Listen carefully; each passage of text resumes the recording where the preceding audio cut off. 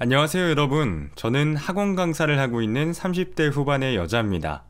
고부 갈등이라는 것이 제 어머니 세대에 심각했다고 생각했는데 제가 그 일을 겪고 나니 요즘도 별다를 건 없더라고요. 지금은 원만하게 지내게 되었는데요.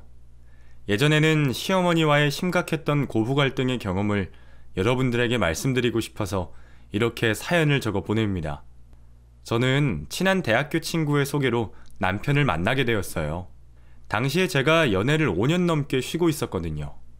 그 친구의 결혼식에서 우연히 만났다가 친구가 신혼여행을 다녀온 후에 저에게 연락을 했습니다.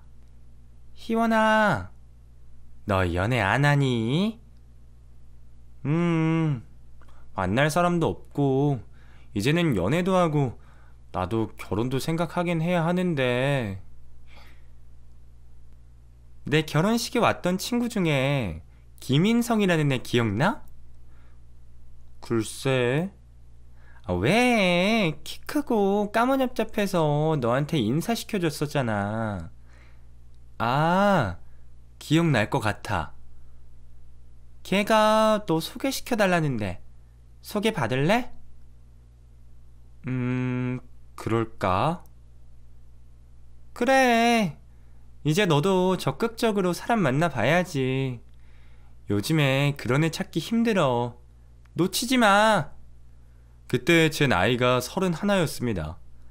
제 주변 친구들은 거의 다 결혼을 하고 가정을 꾸리고 살았는데 저만 싱글이었어요. 저를 마음에 들어한다던 그 사람이 저도 궁금해서 휴대폰으로 연락을 주고받다가 만나기로 약속을 했습니다. 그 사람이 다니던 회사와 제가 일하던 학원이 가까운 편이어서 제가 일하는 학원 근처 레스토랑에서 만나기로 했어요. 그 사람이 먼저 저를 알아봤습니다. 희원 씨, 여기에요. 아, 먼저 오셨네요. 안녕하세요. 잘 지내셨죠? 네, 저야 잘 지냈죠. 희원 씨 결혼식 때 이후로 오랜만에 봐서 너무 반가워요. 아, 저도 반가워요. 그 사람은 저를 보고 첫눈에 반했다고 했습니다. 그런 고백은 오랜만에 들어서 부끄럽기도 하고 기분이 좋았어요. 저도 그 사람에게 관심이 없었다면 만날 생각도 하지 않았을 텐데 만나보니 저와 대화도 잘 통하고 말 한마디 한마디를 조심스럽게 하는 그 사람에게 저도 호감을 느꼈습니다. 그래서 그날 이후 그 사람과 진지하게 만남을 갖기 시작했어요. 만나면 만나볼수록 사람이 진국이라는 생각이 들었습니다. 다정하고 배려심이 넘쳐서 저 또한 좋은 사람이 되고 싶어지게 만들었어요. 제가 학원 강사로 일하느라 밤늦게 퇴근할 때가 많았는데 그럴 때면 항상 제가 집에 잘 도착했는지 확인 전화를 해주곤 했습니다. 정말 사랑받는다는 게 이런 느낌이구나 하는 걸 새삼스레 깨닫게 해주었어요. 그렇게 저희는 1년을 연애했고 남자친구가 사귄 지 1년이 되는 기념일에 저에게 청혼을 했습니다. 희원아, 우리 사귄 지 1년이 지났네. 1년이 길다면 길고 짧다면 짧은 시간이지만 나는 너랑 평생을 함께하고 싶다는 확신이 생겼어. 나랑 결혼해 줄래? 청혼을 받고 너무 행복해도 눈물이 흐른다는 걸 처음으로 알게 되었어요. 저 역시 남자친구와 같은 마음이었습니다. 그렇게 저희는 결혼을 약속하게 되었어요. 남자친구도 저도 모아놓은 돈이 있었기 때문에 결혼 비용은 부모님들의 도움을 받지 않아도 되었습니다. 그리고 저는 청혼을 받고 나서 남자친구 집에 인사를 가게 되었어요. 남자친구는 대학 때 아버지가 돌아가시고 홀어머니와 위로 형이 2명 있다고 했습니다. 둘째 형은 이탈리아로 유학을 갔다가 현지인 여자와 결혼을 하고 거기서 살고 있다고 했어요. 어머니는 첫째 형과 형수님과 함께 살고 있다고 했습니다. 그래서 저는 세 분에게 드릴 선물을 하나씩 준비해서 남자친구의 집에 방문하게 되었어요. 그런데 시어머니 혼자 계시더라고요. 어머니, 안녕하세요. 저 인성씨 여자친구 이희원이라고 해요. 그래, 왔으면 여기 와서 앉아. 내가 뭐 준비한 건 따로 없는데 괜찮지?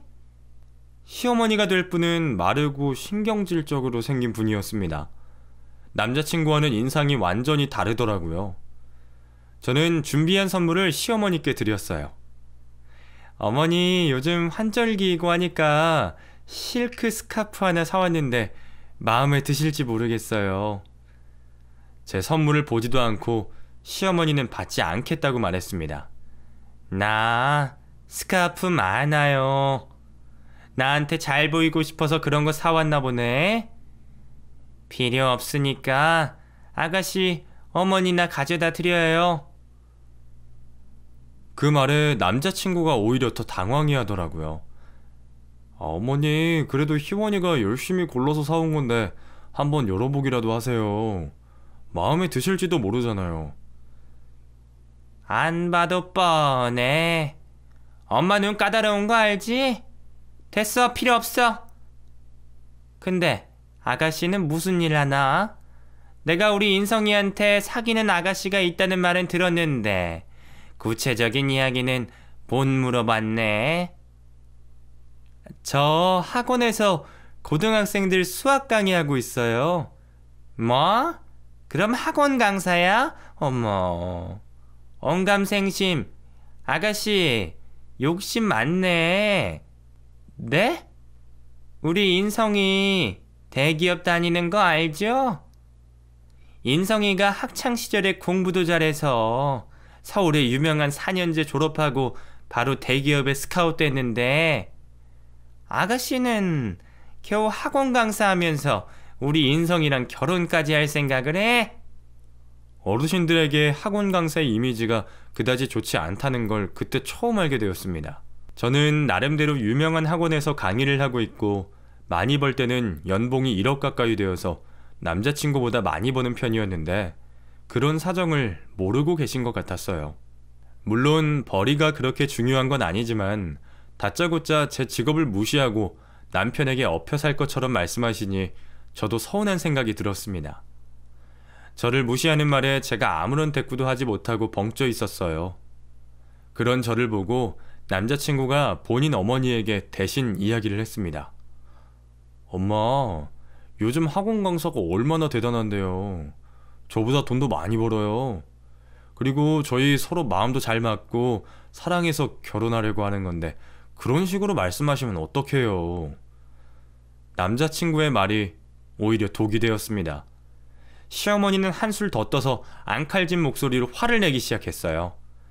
돈을 더 벌거나 말거나 남의 눈에는 그저 학원 강사일 뿐이야.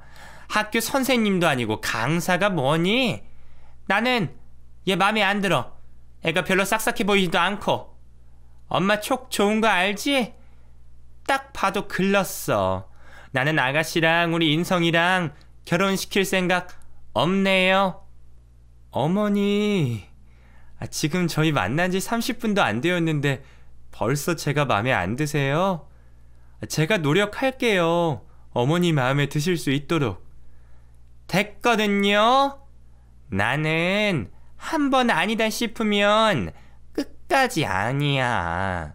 할 말 끝났으니까 우리 집에서 나가줘요. 그런 시어머니의 언행에 너무 당황스러웠어요.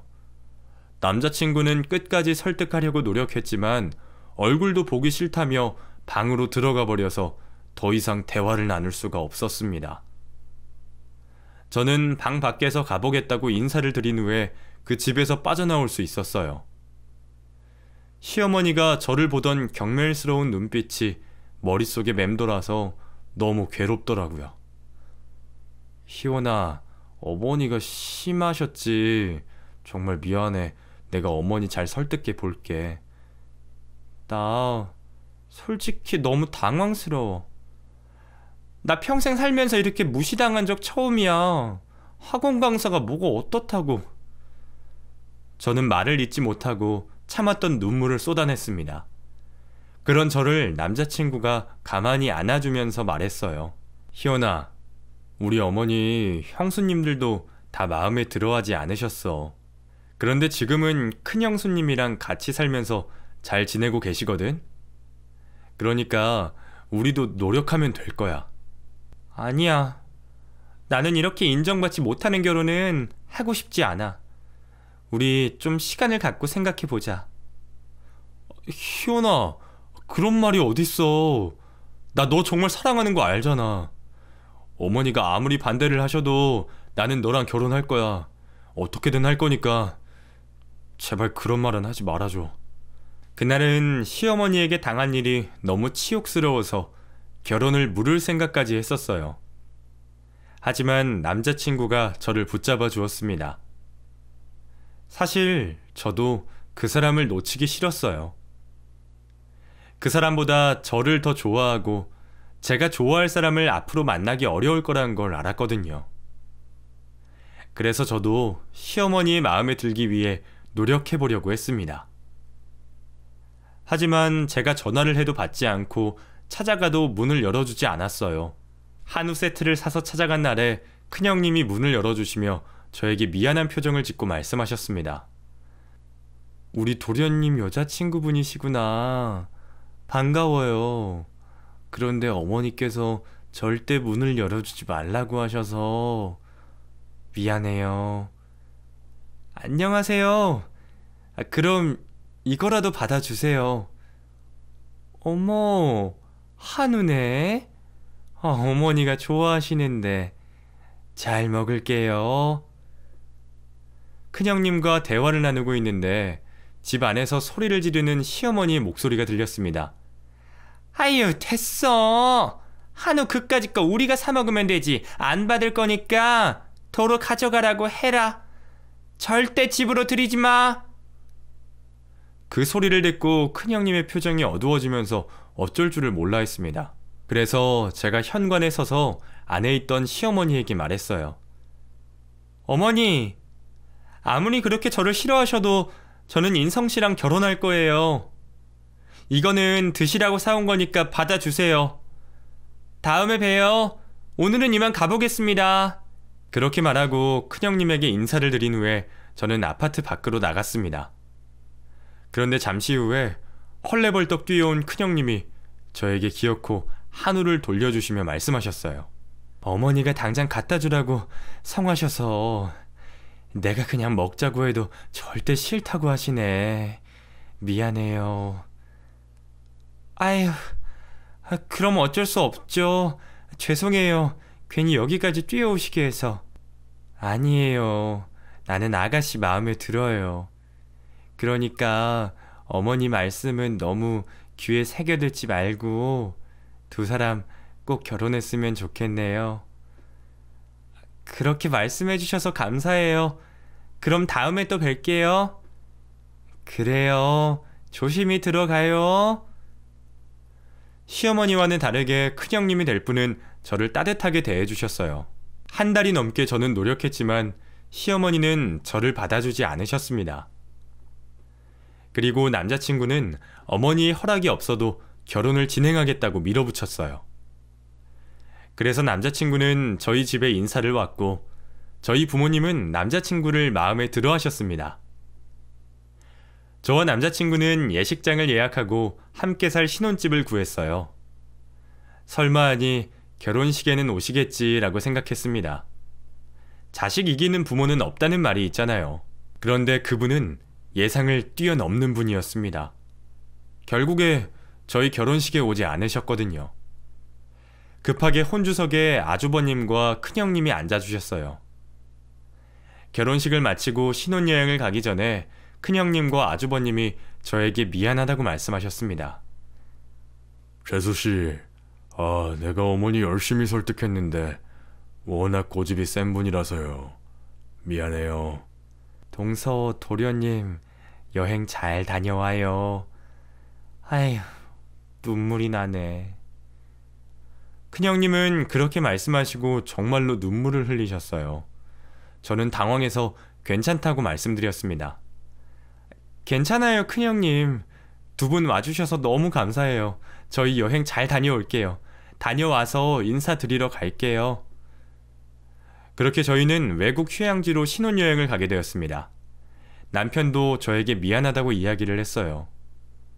희원아, 내가 정말 무릎까지 꿇어가면서 어머니 설득했는데 어머니 고집이 워낙 세서 미안해. 아니야. 아주버님이랑 형님이 와주셔서 다행이었지 뭐. 인성씨야말로 속상하겠다. 어머니가 언젠가는 우리 인정해 주실 거야. 나는 괜찮아. 나는 희원이 너랑 결혼해서 정말 행복해. 나도 행복해. 신혼여행을 마치고 돌아가는 면세점에서 저는 시어머니와 아주버님과 형님께 드릴 선물을 샀어요. 남편은 저희 부모님에게 드릴 선물을 골랐습니다. 저희 둘 다 신중하게 선물을 고르고 받으시는 분들이 기뻐하시기를 바라고 있었죠. 그리고 한국에 도착하자마자 저희는 시어머니 댁에 인사를 드리러 갔어요. 하지만 역시나 문전박대를 당하고 말았습니다. 문을 열어준 형님이 난감한 표정으로 저희에게 말씀하셨어요. 어머니가 절대로 드리지 말라고 하셔서 미안해요, 도련님 동서. 어떻게 하지? 조금은 예상했지만 그래도 매번 그런 대우를 받는 게 익숙해지지는 않더라고요. 난감한 표정을 짓고 있는 형님에게 오히려 죄송스러워서 저는 제가 준비한 선물만 형님에게 드렸습니다. 형님, 이거 제가 사온 선물인데요. 이거는 꼭 받아주세요.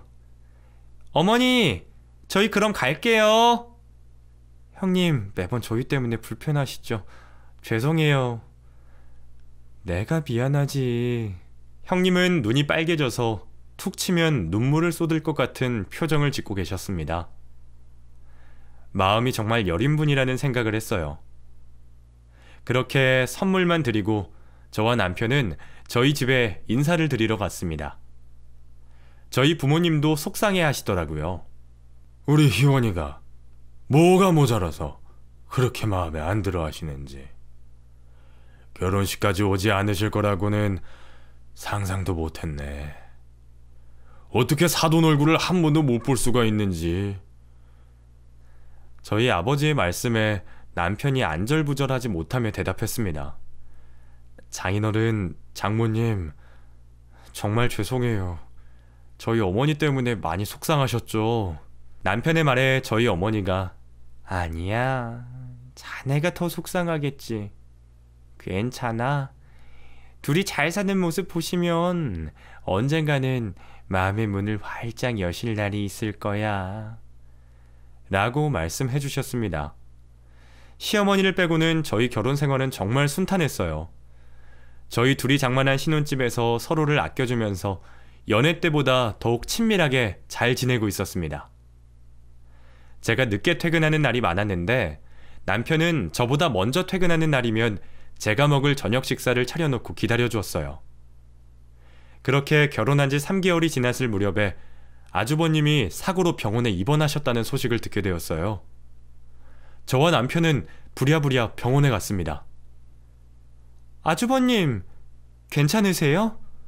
어쩌다가 다치신 거예요? 괜찮아. 계단에서 앞을 제대로 못 봐서 그러는 바람에. 아이고. 옆에 있던 형님은 울고만 계셨습니다.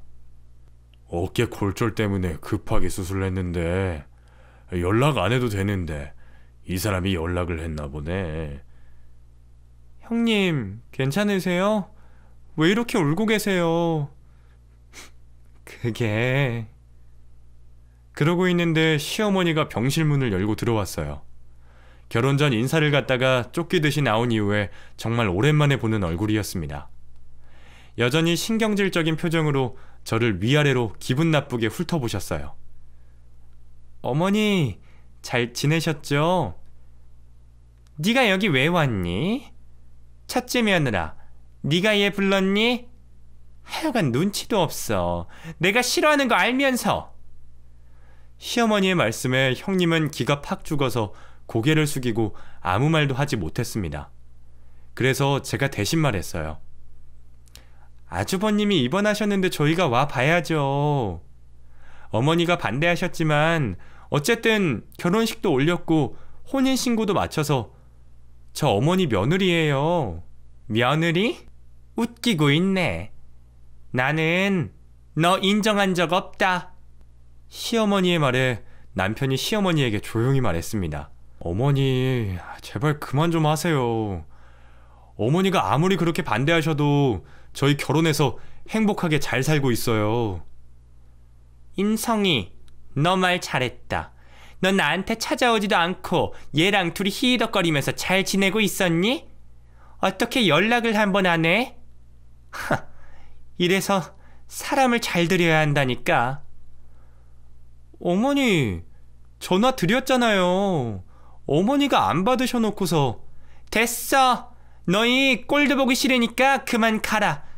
정신 사나워. 저는 시어머니를 오랜만에 만난 김에 하고 싶은 이야기를 다 하고 싶다는 생각이 들었어요. 시어머니가 제가 신혼여행을 다녀오며 산 캐시미어 가디건을 입고 계시더라고요. 어머니, 이 가디건 제가 사드린 거네요. 잘 입고 계셔서 너무 감사해요. 어머니, 이러지 마시고 저 이제 며느리로 받아들여 주세요. 그러자 코웃음을 치던 시어머니가 저에게 말했습니다. 너 김씨 집안 며느리로 인정받고 싶으면 합가하자. 우리 집에 들어와서 살아라. 그럼 내가 인정해 줄게. 예상치도 못한 말을 듣고 저는 어리둥절한 상태였습니다. 남편을 봤는데 남편도 당황한 표정을 짓고 있더라고요. 엄마, 집에 형이랑 형수 계신데 저희까지 같이 살자고요? 집에 남는 방 많은 거 알잖아. 왜? 나랑 같이 살기 싫어? 너 시어머니랑 같이 살기 싫니? 그렇게 다그치는데 왠지 오기가 생겨서 저는 좋다고 대답했습니다. 아니요. 어머니랑 사는 게 왜 싫겠어요. 어머니께서 저를 드디어 며느리로 인정해 주시겠다는데 당연히 같이 살 수 있죠. 그래. 그럼 침 싸서 이번 주에 당장 들어와. 이번 주요? 이번 주는 좀 빠른데요. 빠르긴 뭐가 빨라. 오라면 올 것이지. 하여간 참말 많아. 아니에요. 그럼 이번 주 주말에 찾아뵐게요. 어머니. 그날 그렇게 약속하고 아주버님과 큰형님에게 인사를 드린 후에 집으로 돌아갔습니다. 남편이 저에게 괜찮냐고 묻더라고요. 괜찮겠어? 불편하지 않을까? 드디어 나를 며느리로 인정해 주시겠다는데 합가해서 사는 게 뭐 어때? 근데 올해는 못 살고 한 3달만 같이 살아보지 뭐. 그래, 간단한 집만 챙겨서 들어가자. 형수님이 잘 해주실 거야. 형수님은 전업주부라서 항상 집에 계시니까 넌 일하느라 바빠서 어머니랑 마주칠 일도 잘 없겠다. 나 일주일 동안 학원 방학이라서 집에 머물 것 같은데. 아무튼 내가 잘 해볼게. 그렇게 저희는 주말에 짐을 싸서 어머니 댁에 들어가게 되었습니다. 어머니는 수영을 하러 가시고 안 계셨고 큰형님이 아주버님 병실에 가져갈 짐을 챙기러 오셨다가 저희를 맞아주셨어요. 왔어요? 저기 동서, 할 말이 있는데 잠깐 나랑 방에 가서 이야기 좀 해. 네? 무슨... 저는 큰형님의 손에 이끌려 방에 들어갔어요. 큰형님은 한숨을 크게 내쉬며 저에게 손을 붙잡고 말씀하셨습니다. 기어코 들어와서 살 생각을 한 거야? 왜 그랬어? 그냥 짐 가지고 다시 돌아가. 왜요, 형님? 어머니께서 합가하시면 저를 김신의 며느리로 받아들여 주시겠다는데 조금만 어머니한테 점수 따면 저도 금방 나갈 생각이에요. 제 말에 형님은 갑자기 눈물을 쏟아내며 말씀하셨습니다. 동서도 좀 눈치챘겠지만 어머니 보통 분 아니야. 내가 결혼해서 5년 동안 이 집에 들어와서 살면서 얼마나 힘들었는 줄 알아? 형님, 진정하세요. 무슨 일 있으셨어요? 그러자 형님은 서랍에 있던 약봉투를 꺼내서 보여주셨어요. 이게 뭐예요? 웬 약이 이렇게 많아요? 그거 내 정신과 약이야. 나 이 집에 들어와서 살면서 우울증이랑 공황장애도 생겼고 밤에 잠도 못 자서 수면제 먹어야 겨우 잠들 수 있어. 대체 무슨 일이 있었길래... 제가 말을 잊지 못하고 있었는데 형님은 그동안의 앙금을 저에게 다 풀어내셨습니다. 형님도 아주버님과 결혼할 때 시어머니의 반대에 부딪혔다고 했어요. 아주버님은 공기업에 다니고 계셨고 형님은 중견기업이긴 했지만 나름 탄탄한 기업에 본인의 전공을 살려서 일을 하고 계셨다고 했습니다. 하지만 시어머니는 말도 안 되는 핑계를 대며 끝까지 반대를 하셨다고 했어요. 그래도 우리 결혼식에는 오셨더라. 시어머니랑 함께 사는 조건을 내걸고 그래서 신혼 때부터 어머니랑 함께 살았는데 나더러 일을 나가지 말라고 하더라고. 그래서 일 그만두신 거예요? 아니, 그만두지 않고 다녔는데 어머니가 점심때마다 우리 회사에 찾아와서 나랑 식사를 해야겠다면서 어찌나 야단인지 너무 괴로워서 결국에 그만뒀어. 어머, 어떻게 그렇게까지... 그리고 집에서 지내는데 어머니는 내가 하는 일을 사사건건 마음에 들어하지 않으셨어. 형님은 거의 시어머니의 몸종처럼 지냈다고 했습니다. 하지만 아주버님 앞에서는 그런 티를 전혀 내지 않으셨대요. 형님은 스트레스로 인해서 2번이나 유산을 하셨다고 했어요. 시어머니와 지내면서 자존감은 바닥을 치셨다고 했습니다. 글쎄, 내가 나도 모르게 자살할 생각을 하고 있더라고. 베란다에서 빨래를 널다가 그냥 떨어질까 생각하면서 아래를 보고 몸을 기울이는데 갑자기 정신이 들어서 얼마나 울었는지 몰라. 그렇게 자살 시도를 하신 이후에 병원을 찾으셔서 1년째 약을 복용하고 계시다는 말씀을 하셨어요. 저는 그 이야기들을 듣고 정말 기절할 듯이 놀랐습니다. 아무리 그래도 사람을 그렇게까지 괴롭힐 줄은 몰랐거든요. 그러니까 동서, 그냥 다시 집으로 돌아가. 동서까지 그런 괴롭힘 당하게 하고 싶지 않아. 아니에요, 형님. 저는 당하고만 있지 않을 거예요. 걱정 마세요. 제가 어머니 완전히 딴 사람으로 만들어 놓을게요. 아휴, 나도 그럴 수 있다고 생각했어. 같이 살기 전에는.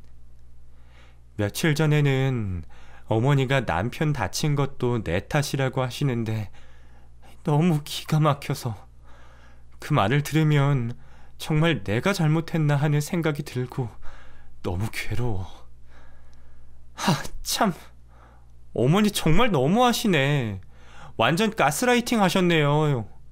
형님, 절대 어머니 말씀에 흔들리지 마세요.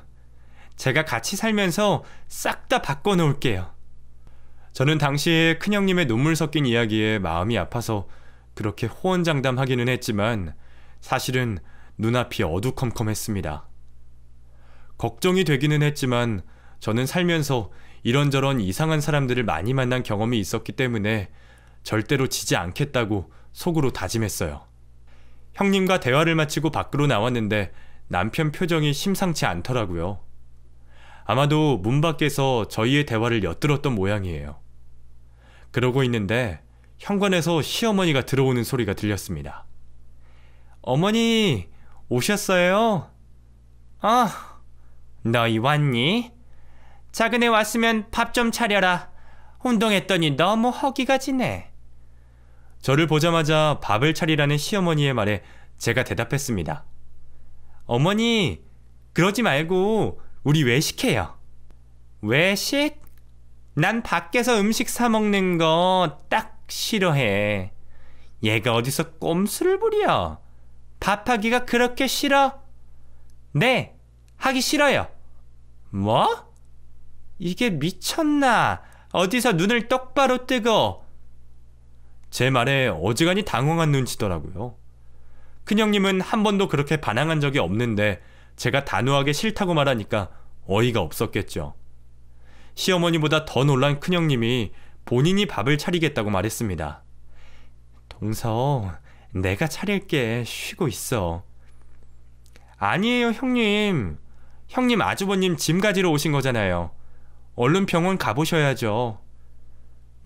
그래도... 괜찮아요. 얼른 가세요. 아주버님 기다리시겠어요. 큰형님을 보내고 난 후에 저는 시어머니에게 다시 한번 외식을 하자고 말했습니다. 그러자 시어머니가 귀청이 떨어질 정도로 소리를 꽥 지르더라고요. 미쳤니?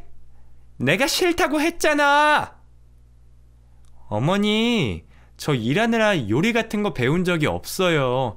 그럼 배워서라도 해. 나 씻고 올 테니까 그때까지 다 차려놔.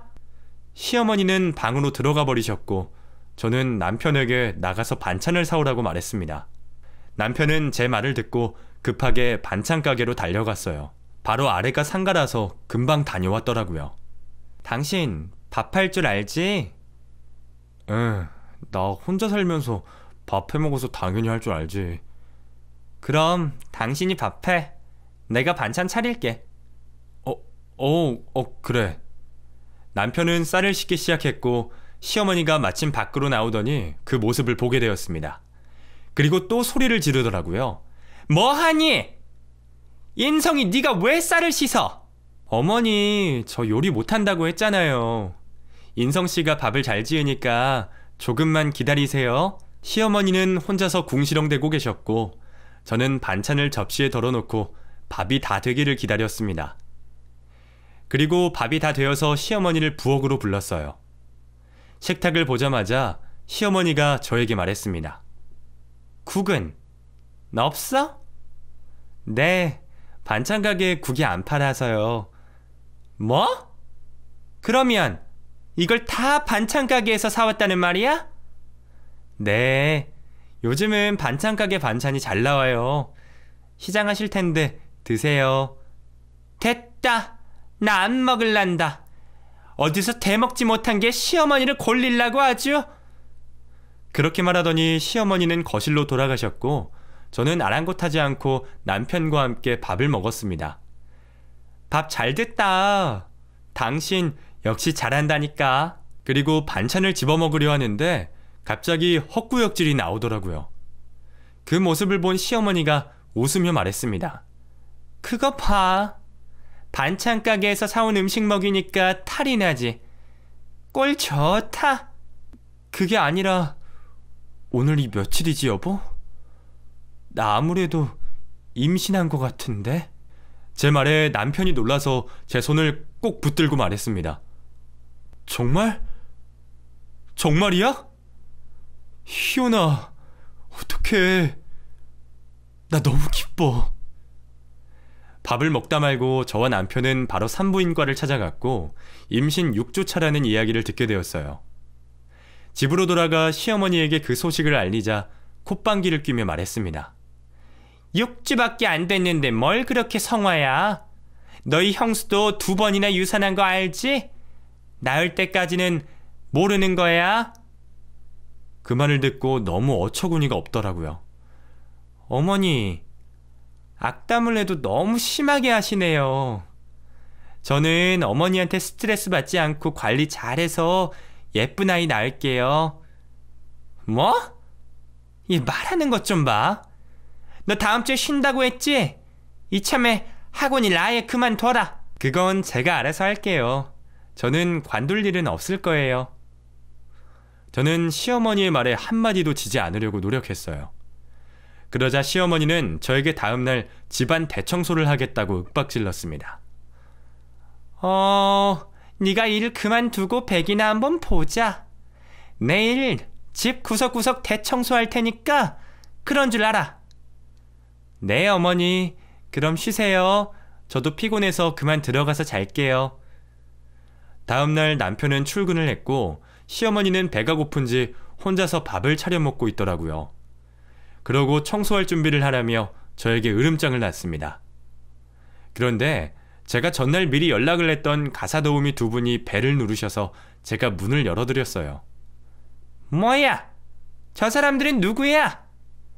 어머니, 오늘 대청소 도와주실 분들이에요. 뭐? 이 큰 집을 제가 어떻게 혼자서 깨끗하게 청소하겠어요. 그리고 저 임신 초반이라서 조심해야 하는 거 아시죠? 그럼 잘 부탁드릴게요. 그렇게 말하고 저는 방으로 쏙 들어가 버렸습니다. 저는 안에서 문을 걸어 잠그고 있는데 시어머니가 제가 들어간 방문을 흔들며 밖에서 소리를 지르고 야단이 났었어요. 하지만 저는 그러거나 말거나 아무 말도 하지 않고 있다가 잠이 들었습니다. 2시간쯤 잠을 자고 밖으로 나갔더니 청소를 다 마친 가사도우미 분들이 저를 기다리고 계시더라고요. 어머, 너무 깨끗하게 잘해주셨네요. 집에서 빛이 나요. 오늘 일당 드릴게요. 너무 감사해요. 제가 드린 돈을 받고 가사도우미 분들이 가지고 난 후에 시어머니가 저에게 다가와서 다시 소리를 질렀습니다. 너! 이게 무슨 경우야? 정말 미쳤어? 왜요? 전문가분들이 해주셔서 너무 깔끔하게 잘 됐는데요? 제가 그렇게 말하자 시어머니가 손을 들어서 제 뺨을 내리쳤어요. 그 순간에 남편이 퇴근하고 집으로 들어오고 있었습니다. 저는 너무 놀라서 그대로 주저앉았고 그 모습을 본 남편이 다가와서 제 뺨을 살펴보고는 시어머니에게 외쳤어요. 어머니! 어떻게 이러실 수가 있어요? 제정신이에요?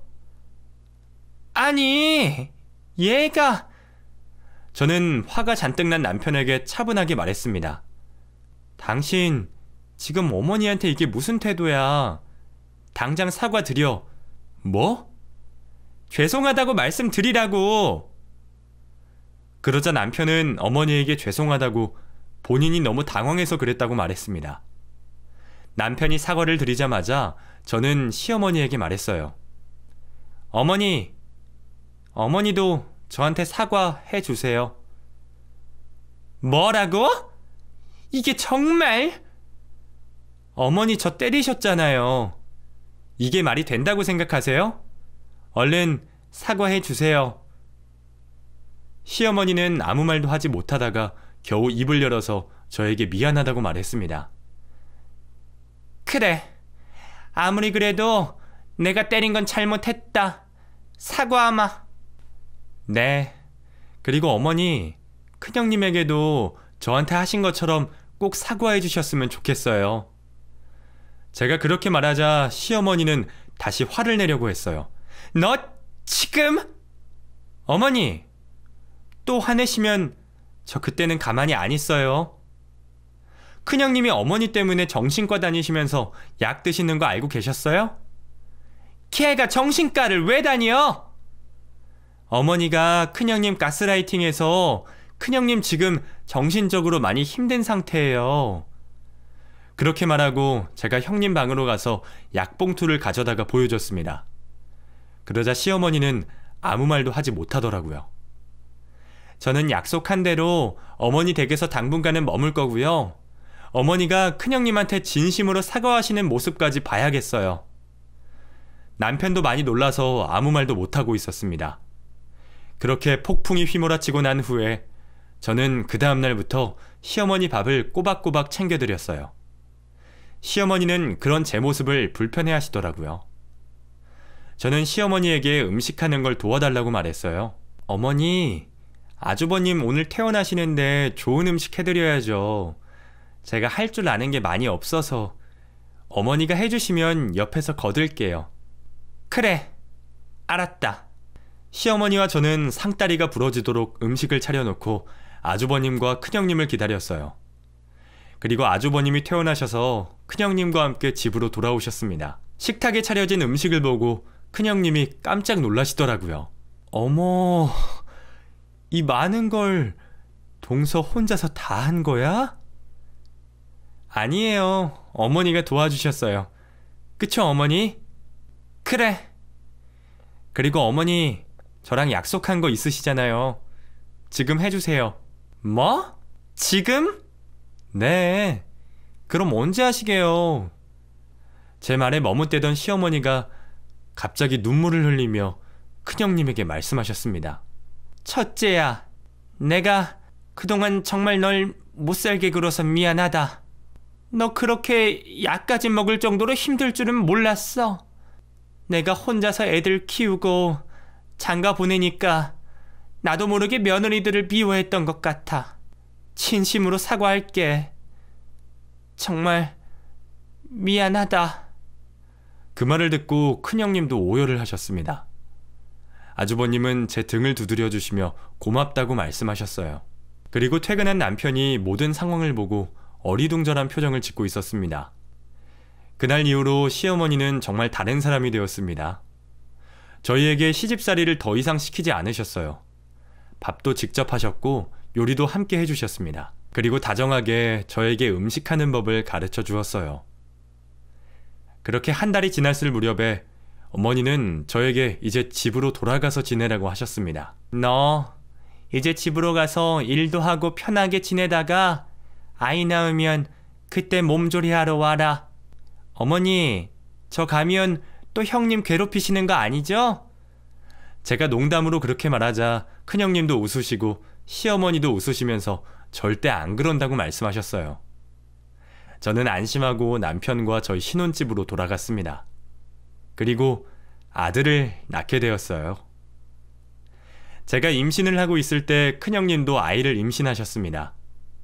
제가 아들을 낳았을 때 큰형님은 임신 6개월 차에 접어들고 계셨어요. 동서, 고생했어. 애가 도련님을 쏙 빼닮았더라. 형님은 요즘 괜찮으시죠?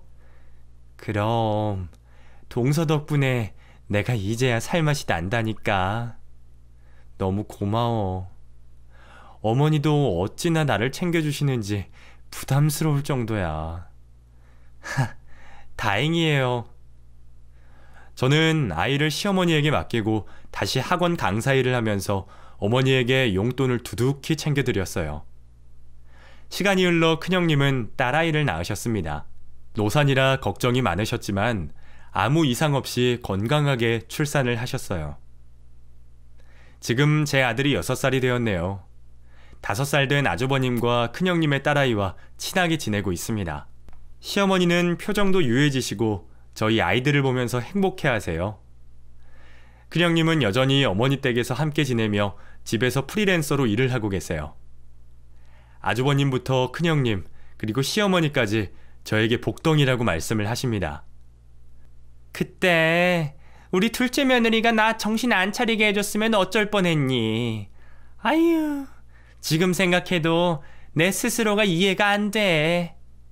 며느리들아, 고마워. 이렇게 예쁜 손주들 낳아주고 잘 지내줘서.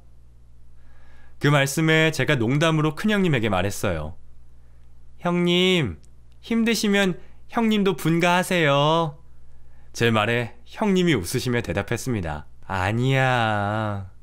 나 일할 때 어머니가 애 봐주시고 식사도 차려주시고 얼마나 감사한데. 이제는 나가라고 떠밀어도 안 나갈 거야. 시어머니도 완전히 나쁜 분은 아니었기 때문에 지금 저희가 이렇게 행복하게 잘 지낼 수 있다고 생각합니다.